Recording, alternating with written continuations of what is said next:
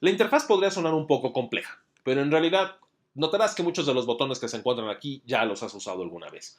En la parte superior izquierda de la pantalla encontramos botones de control, desde establecer una pausa, el botón de play o reproducir, el botón de detener, avanzar o retroceder y un botón muy importante, que es el botón de grabar. En este caso, nosotros ya podríamos iniciar una grabación.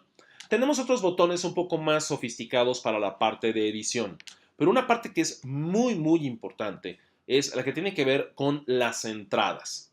En la siguiente barra alcanzamos a ver lo que son los niveles de volumen de nuestro altavoz, de las bocinas, para hacer, digamos, el monitoreo de lo que estamos grabando. Podemos estar utilizando, por ejemplo, unos audífonos para tener mayor precisión de qué es lo que estamos grabando en ese momento. Y tenemos del otro lado lo que es el sensor, la sensibilidad del micrófono. Esto es, qué tanta es la ganancia del micrófono, ya sea el micrófono incorporado a la computadora o que tengamos otro micrófono, o bien que estemos utilizando, si es que lo tiene así nuestra computadora, el puerto de line in o de entrada de línea o de puerto de auxiliar para entonces configurar qué tan sensible va a ser la detección por parte del software de lo que nosotros estamos grabando.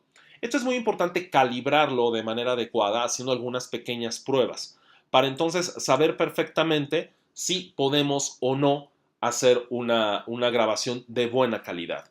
Al lado lo que tenemos es el volumen de reproducción, que también lo que nos indica es qué tan preciso queremos o qué tan claro queremos tener el audio de lo que estamos grabando.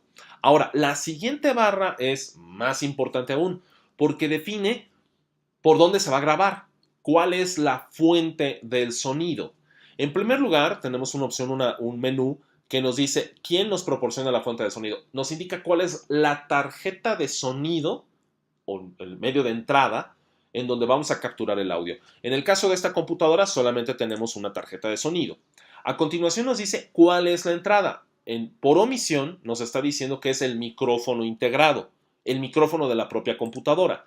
Si yo tuviera un puerto de micrófono aparte en esta computadora, tendría entonces la opción de grabar también en ese puerto. Y por otro lado tenemos qué canales de grabación, cuántos canales queremos utilizar.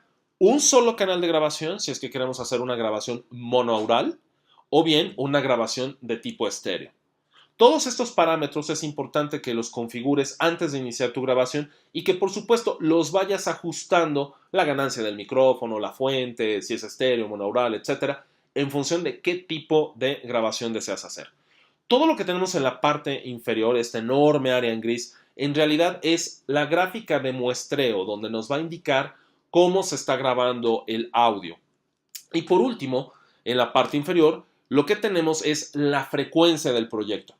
Esto ya lo hemos comentado antes. ¿Con qué tanta precisión, con qué tanto nivel de frecuencia se quiere grabar el audio? Por ejemplo, aquí está a 96.000 Hz, 96.000 ciclos por segundo, que es la frecuencia que tiene configurada por omisión. Pero si abro la lista, notamos que viene desde 8.000 hasta 384.000 Hz.